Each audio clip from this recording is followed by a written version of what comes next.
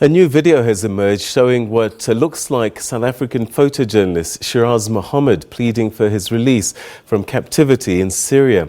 SABC News could not independently verify the authenticity of the video, but in it, Mohamed makes a direct appeal to Doctor Fekri Shabaan, who's believed to be a family-appointed negotiator, to change the way in which he's negotiating with his captors.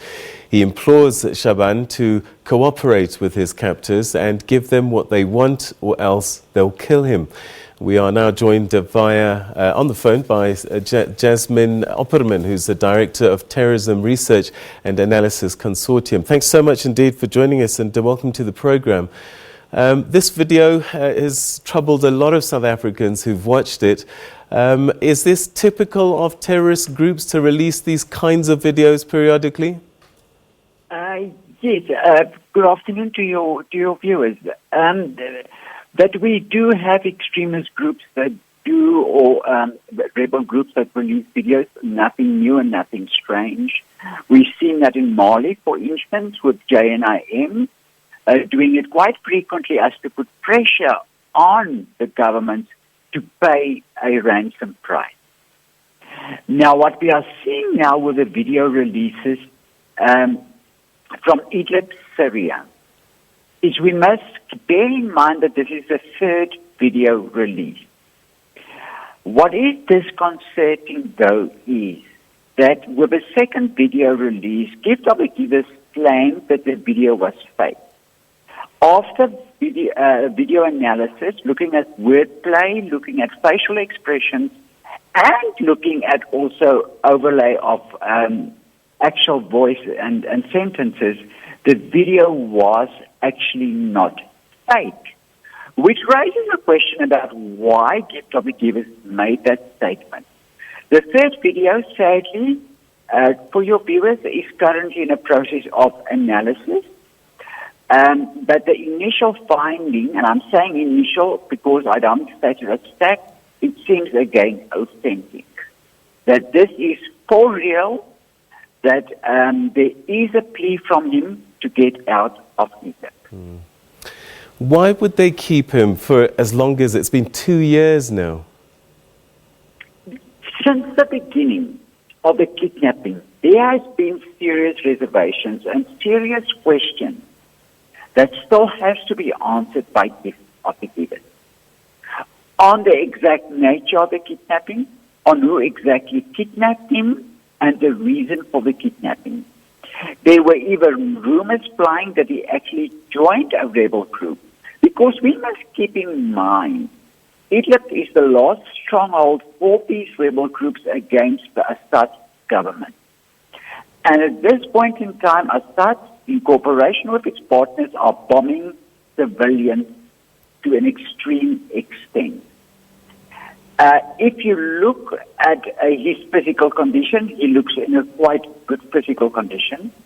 But irrespective, there's a South African in Idlib that needs to be taken out of that area quickly. He is a South African, and further investigations can be done on the exact reasons for his kidnapping. Was this indeed a kidnapping? And is this a plea to get out of Idlib as quickly as possible? So you're raising questions about the real reasons, possibly of why he was abducted and the nature of his abduction. What's different about this case to other abductions that we've seen in the past? This case, we must bear in mind, we are at that point in time, the Al-Qaeda group HTS had firm control. Captors run a hospital in that area doing excellent work for the community. But when you are in the devil's backyard, you have to play according to the devil's rules. They had to go through Turkish border. Now there comes the first problem. To cross over into Syria, there will be some sort of backdoor dealings taking place. And it's quite known, and I'm not saying this is what captors has done, but we have seen NGOs using journalists as a cover to get medical supplies into the specific areas. So why did captors allow him that night to go alone with a friend of his into an area that is highly volatile? We still don't have an answer to that question. And that raises the question of what has actually happened to him. And why now suddenly we have a negotiator in place after 2 years being held in captivity, so-called, and being left to his own devices. Gift of Givers is accountable for this person's life. They took him into Idlib, Syria. And I think it's time that South Africans be informed on a factual basis on exactly what happened with his kidnapping, what has happened the last 2 years, and why has there been so little attention paid to his position. And we know that he did a lot of work, humanitarian work, as a journalist. All right, so we're going to have to leave it there, but certainly you've given us some food for thought. Thank you so much indeed. That was Jasmine Opperman from the Terrorism Research and Analysis Consortium speaking to us on the line.